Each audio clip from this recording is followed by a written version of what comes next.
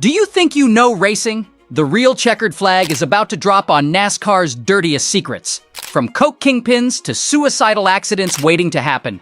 In this video, we will talk about the 8 drivers slapped with lifetime bans, the hair-raising truth behind the closest calls on and off the track, the substance abuse, nightmares, NASCAR praise you never discover.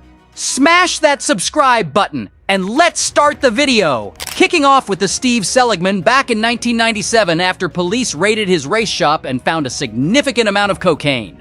Seligman had struggled for years to qualify for Winston Cup races, but did manage to score some decent runs in the RCA series. However, his NASCAR hopes were completely dashed after the drug charges, which resulted in a lifetime ban from the sport as well as a lengthy 27-year prison sentence. Another rising young driver whose career was derailed by addiction problems was Heimel, a second-generation racer whose father was an executive at NASCAR.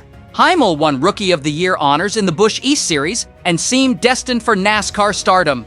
Off-track issues with marijuana and other drugs led to reckless driving and multiple failed drug tests. After several suspension attempts at rehabilitation, his royal bloodline couldn't save him from a lifetime ban. He made brief comebacks in other leagues like the World of Outlaws, but could not escape his inner demons. A devastating career-ending crash during an Outlaws event was the last straw. Grubb, the once promising young Xfinity driver, was suspended not once, but twice for failing multiple drug screenings. The second time in 2006, Grubb refused testing altogether. His fall from grace culminated after he lost his NASCAR privileges for good and took his own life just 3 years later. He committed suicide by gunshot after descending into depression when NASCAR rejected his reinstatement appeal. Sammy Potashnick showed potential in NASCAR's Truck and Xfinity series, but kept failing mandatory drug tests administered after incidents on the track. Sieg was a promising young driver and got success in NASCAR's Craftsman Truck Series. Scoring a career-best finish of 8th in the series at Milwaukee, Sieg was an impressive prospect for many teams in the garage. That was until his indefinite suspension in 2011 for failing a NASCAR-mandated drug test. Sieg sadly passed away in 2017 at the age of only 34 years old. While the majority of NASCAR's drug-related bans have involved illegal street drugs like marijuana, cocaine, or prescription medicine abuse, some have also been handed down over legal issues related to alcohol. Canadian driver Derek White got an indefinite suspension after being arrested in 2016 for his role in a cross-border tobacco and alcohol smuggling operation. The scheme was designed to avoid paying Canadian taxes and duties on large illegal shipments. White had managed to race his way from Canada's NASCAR series into a few Xfinity Truck and even Cup events in the US, but threw it all away after just one NASCAR start that year at New Hampshire Motor Speedway. It was an unfortunate end for a driver who seemed close to breaking through. Other lesser-known drivers like Ronnie Hultz and Jack Smith also effectively ended their NASCAR hopes after multiple drug offenses. Hultz claimed his positive test was due to prescribed medical marijuana, but the authorities did not officially recognize it as a valid reason at the time.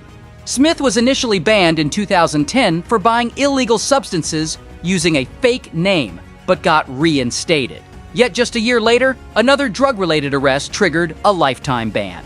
The reasons why certain drivers fall into patterns of addiction and self-destructive behavior even as they approach their dream job vary widely. Racing puts huge physical, mental, and emotional strain on people, and everyone handles pressure differently. Some may turn to illegal stimulants to drive faster laps, while others lean on substances to relieve stress and fatigue from long days of travel and track time. Teammate conflicts, sponsorship demands, family problems, financial worries, and many other issues can also trigger depression and desire to numb emotional pain. Without a proper support system to reach out for help, it becomes all too easy for racing's pressures to lead a driver down a dark path.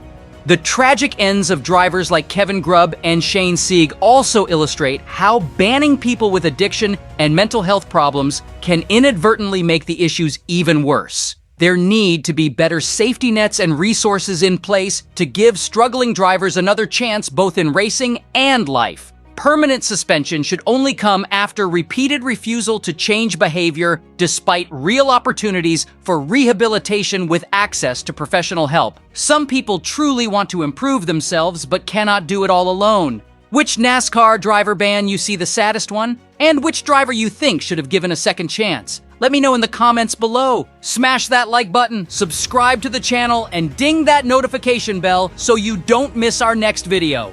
I will catch you in the next video. Thanks for watching.